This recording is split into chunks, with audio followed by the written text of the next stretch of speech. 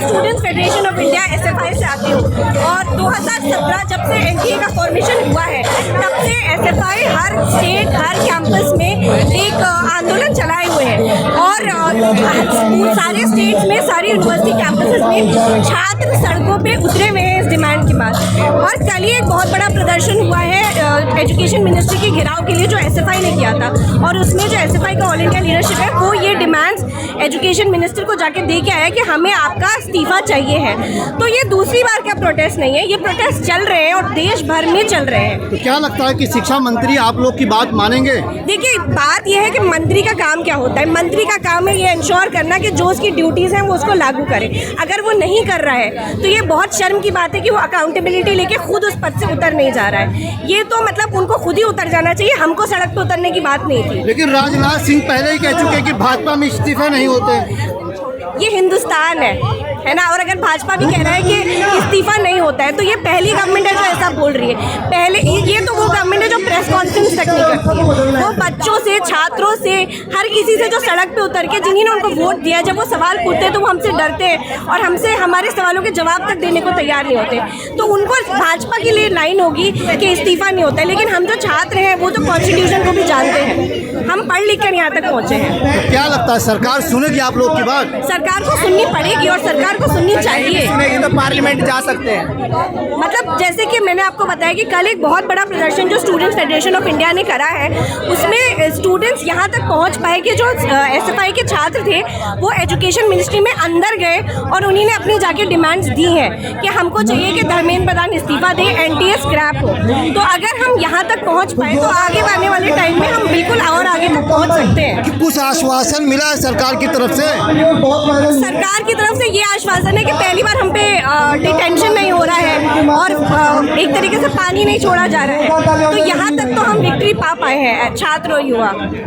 तो क्या लगता है कि अगर आने वाले दिनों में आप लोग की बातें नहीं मानी जाती तो क्या अगला कदम क्या होगा? अगला कदम यही होगा कि आंदोलन बढ़ेगा, ज़्यादा से ज़्यादा छात्र जो है वो सड़कों पे उतरेंगे और अगर लड़ाई सड़कों पर ही करनी है तो लोगों को सड़कों पे उतरना पड़ेगा। लेकिन देखा गया कि इस देश में जो लोग आंदोलन करते हैं उन्हें देशद्रोही, खालिस्तानी, पाकिस्तानी बता दिया जाता है। क्या आप लोग को डर नहीं लगता?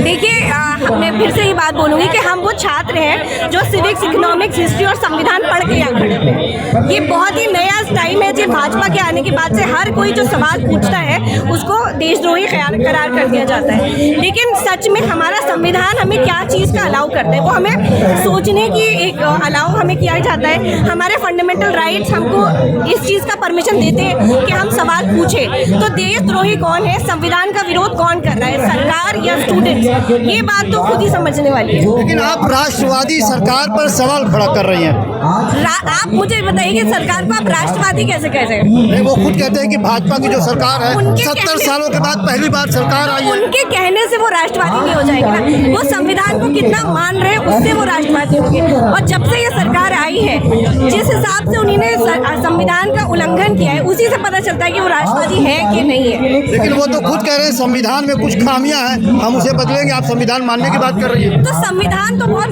अम्बेडकर ने संविधान लिखा है और उस संविधान में अगर खामियां हैं तो कायदे से उसको अगर उसके पे चर्चा होके होता है। लेकिन डिक्टेटरशिप से नहीं होता है कि जिस तरीके से इस देश में कानून पास कर दिए जाते हैं आजकल, जैसे बिल पास हो रहे पार्लियामेंट में, तो वो एक सही तरीका तो नहीं है किसी भी चीज़ को पास करने का। लेकिन कुछ लोग मोदी जी को भगवान की तरह मान रहे हैं, तो अगर मोदी जी वो लोग जो मान रहे हैं वो मानते रहे, उनको फर्क नहीं पड़ता है कि बच्चों ने सुसाइड किया है, उन्हें कोई फर्क नहीं पड़ता है कि नीट का छात्र क्या कि उसके माँ बाप कितना पैसा खर्च करके उसको भेज रहे हैं। तो अगर वो मान रहे हैं तो वो माने, लेकिन यहाँ पे आप जितने लोग देख रहे हैं वो तो ये मानते हैं ना कि संविधान का उल्लंघन सरकार कर रही है और हमारी मांगे रखना, यहाँ पे प्रोटेस्ट करना, ये हमारी एक फंडामेंटल राइट है और वो हम करते रहेंगे जब तक पूरा नहीं होगा। लेकिन जब कोई प्रोटेस्ट होता है बड़ी तादाद में लोग जमा होते हैं, लेकिन जब चुनाव होता है तो भारतीय जनता पार्टी को बहुमत मिलती है। देखिए ये पूरा जो मामला है वो स्टूडेंट इशू से नहीं है, लेकिन फिर भी मैं आपको ये बोल सकती हूँ कि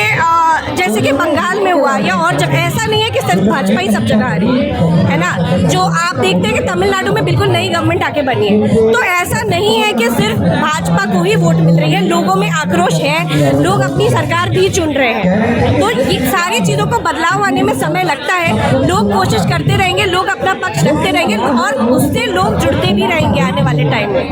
अच्छा, राहुल गांधी भी लगातार छात्रों से मिल रही हैं। कोटा में बहुत बड़ा प्रोग्राम राहुल गांधी ने किया, तो उनके बारे में क्या आप कहते हैं? देखिए, राहुल गांधी भी, कोई भी जो छात्रों के बारे में बोले, चाहे वो राहुल गांधी हो या कोई भी, जो भी छात्रों के बारे में बोला वो तो अच्छा है। ज़्यादा से ज़्यादा आवाज़ मिलनी चाहिए ही है। तो ऐसा मतलब छात्र तो यही चाहेंगे। जैसे मैंने बोला कि मैं स्टूडेंट फेडरेशन ऑफ इंडिया से हूँ, तो केरला गवर्नमेंट, मतलब केरला में जो गवर्नमेंट थी CPIM की, वो कंटिन्यूसली एजुकेशन पे बात कर रही है। लेकिन आप काकरोच पार्टी के बैनर तले यहाँ खड़ी है। कुछ लोग कह रहे हैं अगर आपके पास काकरोच तो हमारे पास हिट है काकरोच का नाम है। ये आप मुझसे सवाल बार बार दोबारा कर रहे हैं और मैं फिर से वही बोलूंगी कि जब जब एक फोर्स बनती है जो किसी सिस्टम को धक्का लगाती है, तो उधर से भी फोर्स लगती है। लेकिन डिपेंड करता है कि किसकी फोर्स ज़्यादा है, किसका सवाल सच है, कौन संविधान के साथ चल रहा है। क्या आप मुझे खुद बताइए कि नीट के बच्चों के साथ जो हो रहा है, उसमें वो लोग जो बोल के खड़े हुए कि हम कॉकरोच क्या हिट लेके खड़े, क्या वो लोग सही है?